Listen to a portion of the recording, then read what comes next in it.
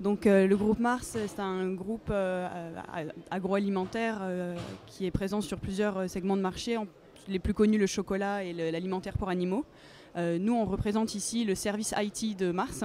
Mars, c'est 70 000 associés dans le monde, 150 usines, environ 30 milliards de chiffre d'affaires. Et donc Mars Information Services, qui est la division globale des services IT, représente environ 2000 associés.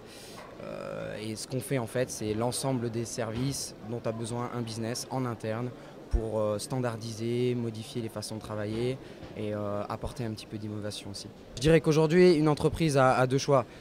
Soit elle investit dans des services en interne, avec dans notre cas une culture bien proche et bien spécifique. Et donc voilà, on décide d'investir en interne, avoir des gens qui connaissent bien le business et qui apportent le changement. Ou alors on fait des partenariats en externe, certains groupes font ça. Pour Mars, on a décidé de rester pour l'instant en interne. C'est une approche qui nous permet en fait d'apporter vraiment beaucoup de valeur au business Mars. Alors on recrute à la fois des CDI et des stagiaires. Au niveau des stages, on cherche plus des profils stages de fin d'études, école d'ingénieur en général. On a aussi quelques postes ouverts.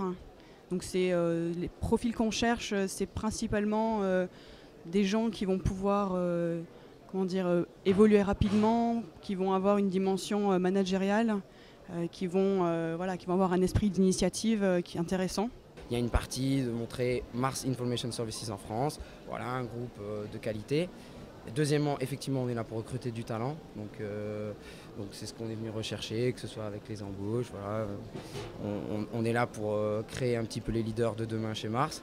Troisièmement, c'est le partenariat avec l'INSA, avoir un partenariat stratégique avec une école qui développe des profils dans notre sens.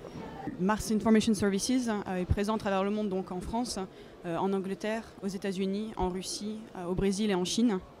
J'en ai pas oublié, non c'est bon. Et effectivement, il y a de très très fortes possibilités de mobilité. Il y a beaucoup de gens qui commencent dans un pays, qui peuvent ensuite bouger vers un autre pays. Donc vraiment, voilà.